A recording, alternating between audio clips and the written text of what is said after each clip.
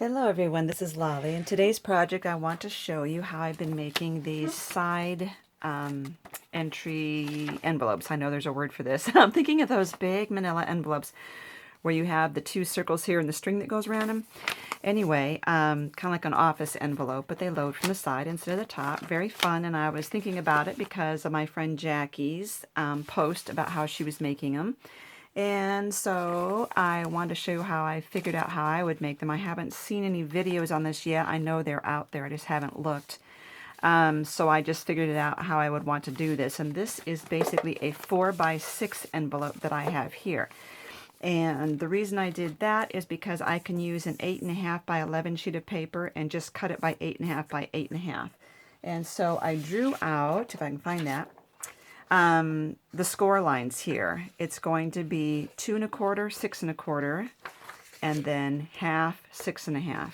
So 2 1/4 inches, 6 1/4 inches, half, and 6 1/2. So let me pull this over so I can do that. So 2 1/4, 6 1/4, rotate it. Let's see, which way do I want to rotate that? I guess I wasn't very clear on that one. 2 1/4. Okay, yeah, this way be fine. And then half and 6 1/2. And again, it should look like this when you're done. Okay? Actually, it wouldn't have mattered which side I did the ½ inch on. So this is going to be the envelope here. Bottom flap, the two sides that fold in, and the top flap. So we're going to have to get rid of these squares right here. And if you've watched any of my other videos on this kind of thing, you know that you always cut at an angle. And I've been doing mixed media, so my desk is all set up for mixed media. Hold on. Okay, I had to get my scissors. So you always cut at an angle. You look at the line you want to cut, and you cut in an angle inward like that. So again, angle your scissor toward the center when you cut that out. Angle your scissor toward the center to cut. If you don't, the flaps won't fold right. Angle toward the center. Angle toward the center. I'm using the white paper because I think it'll be easier for you to see with the lines on it. Angle toward the center. And obviously take a little more time to make sure your lines are a little straight. I'm doing the old video hurry up routine here. There you go. So this is not scored, but if it were, you would fold this in, that in, fold the bottom up, and then all you have to do is fold the flop tap, listen to me, the top flap in.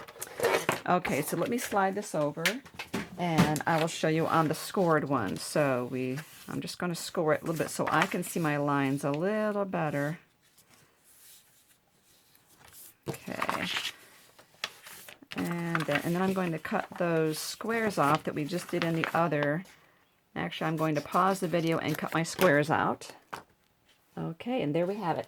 Now I'm going to use a tape runner for demonstration purposes, but a liquid glue usually works better on pockets and envelopes because a tape runner never dries. And so what happens is, if you have any tape runner sticking out anywhere and you go to insert your card in here, it could stick inside. I'm going to straighten this up because I did not do a very good job on that. There we go. But for demonstration purposes, it's a lot easier to use a tape runner, and you still might want to use a tape runner instead of liquid glue. So I just put tape runner on that edge, so this one goes in first, then that, and then the bottom edge. And then all you have to do is, when you are ready to use the envelope, is to use one run of tape across there and seal it. Okay, but what about if you want to establish just your own size and not the 4x6? And so what if you have, and this is a card that was given to me by my friend Brenda, what if you have an A2, which is 4 1/4 by 5.5? No matter what size paper, no matter what size of a card you have, what you want to do is make your envelope a little bigger. Now I'm tracing this just so you can see a rectangle. This is going to be my envelope size, but I already said that that was 4 1/4. So I want to add a quarter and make this 4.5 inches from here to there. Okay, and this was 5.5, so I want to make this 5 3/4. I just want to add a 1/4 inch so that the envelope has room for your card to slide in and out. Now all you need to do is make that bottom flap, which is 1/2 inch. That's 1/2 inch. And the top flap, which I like 2 inches, but that's totally up to you. So 1/2 inch plus 5 3/4 equals 6 1/4 plus 2 inches equals 8 1/4 inches for this dimension right there. Okay, now on the side flaps, we need the 2 side flaps that come in this way, and they have to be able to meet in the middle. So if this diameter is 4 1/2, half of that is 2 1/8. I always round it up to 2 1/4. So 2 1/4 and 2 1/4, but we need them to overlap and not just meet. So I usually say 2 1/2. So this is 2 1/2, and this is 2 1/2.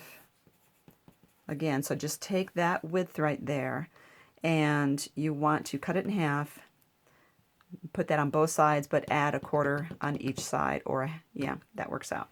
So now we have 2 1/2 plus 2 1/2 plus 4 1/2. 2, 4, 5, 6, 7, 8, and 3 and 9 and 9 1/2. Did I do that right? So 4 1/2 plus 2 1/2 is 7, plus 2 1/2 is 9 1/2. So we would be 9 1/2 by 8 1/4 would be the dimensions here. Okay. So anyway, you could figure out based on any card, just measure this out, make your envelope base, excuse me, 1/4 inch wider, 1/4 inch taller, add 2 inches to the top, 1/4 inch to the bottom, excuse me, 1/2 inch to the bottom, and then the 2 side flaps need to be half the width here, 1/2 and 1/2, plus a 1/4 inch on each one, or a 1/2 inch on each one, depending on how much overlap you want. Okay, I've been doing, I think, 1/4 on mine. So I will show you again these ones here. And these were the ones that I did earlier. And very cute, very cute. Someone, if you remember the names of these types of envelopes, just put it in the comments below. Thank you so much for watching. Please put your questions in the comments below.